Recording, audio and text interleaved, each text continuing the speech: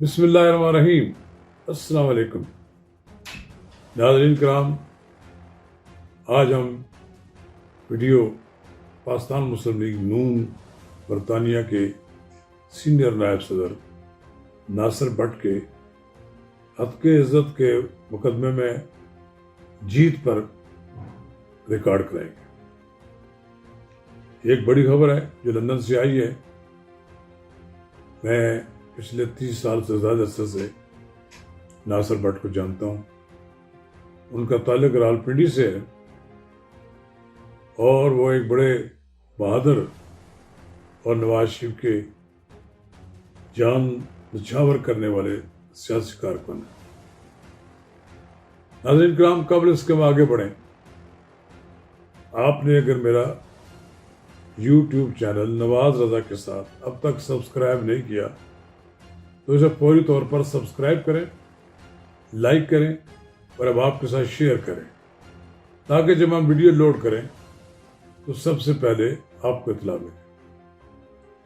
ناظرین کرام، ساری دنیا جانتی ہے کہ ناصر بٹ کون ہے۔ ناصر بٹ پچھلے کئی سالوں سے عارف بٹ، ان کے جو بڑے بھائی تھے، کی شہادت کے بعد مسلم لیگ نون میں سرگرم ہوئے۔ پھر جب قتل کا کہ مقدمہ بنا تو وہ پھر چلے گئے۔ وہ اس وقت تھے بھی نہیں پاکستان میں، تو وہ میاں نواز شریف کے وہاں برطانیہ میں گیر کرتے تھے۔ پچھلے دنوں جب ایک نجی ٹیلی ویژن پر 2 پروگرام کیے گئے جس میں ناصر بٹ پر سنگین نوعیت کے الزامات عائد کیے گئے، ناصر بٹ نے یہ مقدمہ عدالت میں دائر کیا۔ بالآخر عدالت سے وہ مقدمہ جیت گئے اور اس ٹی وی چینل پر 1,00,000 پاؤنڈ جرمانہ کیا اور وہ اس وکیل کا بھی خرچہ ادا کریں۔ اب میاں نواز شریف کے پاس بھی سفارشیں آ رہی ہیں، ناصر بٹ صاحب کے پاس بھی آ رہی ہیں، معافی مانگ رہے ہیں۔ جب پروگرام کیے جاتے ہیں اس نوعیت کے، سوچنا چاہیے کہ جب آپ ایک چیز کو ثابت نہیں کر سکتے تو کسی کی کیوں توہین کی جاتی ہے۔ جہاں تک میں جانتا ہوں، ناصر بٹ ایک بہادر کارکن ہے، مسلم لیگ نون کی عزت ہے، توقیر ہے، اور جس طرح ان کے بھائی کو قتل کیا گیا تھا تو انہوں نے تو اپنے بھائی سے اتنی محبت ہے، انہوں نے اپنے بچوں کا نام بھی عارف بٹ پر رکھ دیا۔ وہ لندن میں پچھلے کئی سالوں سے مقیم ہے۔ وہ ملکی سیاست میں پاکستان مسلم لیگ نون کی حامی ہے۔ نواز شریف سے ان کی قربت یہ ہے کہ انہیں ارشد ملک، جس نے نواز شریف کو ایک جھوٹے مقدمے میں سزا دی، ان سے وہ باتیں اگلوا لیں اور وہ کی ویڈیو بنا لی جس سے نواز شریف کا کیس اڑ گیا، ختم ہو گیا۔ بے بنیاد ایک مقدمہ تھا جس پر نواز شریف کو سزا ہوئی، ایک بڑا ثبوت تھا۔ وہ یہ ثبوت دے کر ناصر بٹ برطانیہ چلے گئے۔ پچھلے 3 سال سے 4 سال سے وہ برطانیہ میں مقیم ہیں، واپس چلے گئے۔ لیکن ان کے خلاف جو الزام تراشی کی گئی، ان پہ خلاف مختلف الزامات عائد کیے گئے، اس کے بعد ان کی عزت کو داغدار کرنے کی کوشش کی گئی، تو انہوں نے پھر عدالت سے رجوع کیا۔ برطانیہ میں عدالتیں انصاف جو دیتی ہیں وہ مثالی انصاف ہوتا ہے۔ جو لندن کی ہائی کورٹ نے جناب ناصر بٹ کے حق میں فیصلہ دے دیا۔ ناصر بٹ سے آج میری بات ہو رہی تھی ٹیلی فون پر، وہ انہوں نے مجھے ساری تفصیل بھی بتائی۔ انہوں نے کہا کہ بڑے بڑے لوگ معافی مانگ رہے ہیں اب، لیکن میں معافی مانگنے والے، معافی دینے والوں میں نہیں شامل ہوں۔ انشاءاللہ ان سے جرمانہ بھی وصول کیا جائے گا اور وکیل کا جو خرچہ میں نے دیا وہ بھی دینا پڑے گا۔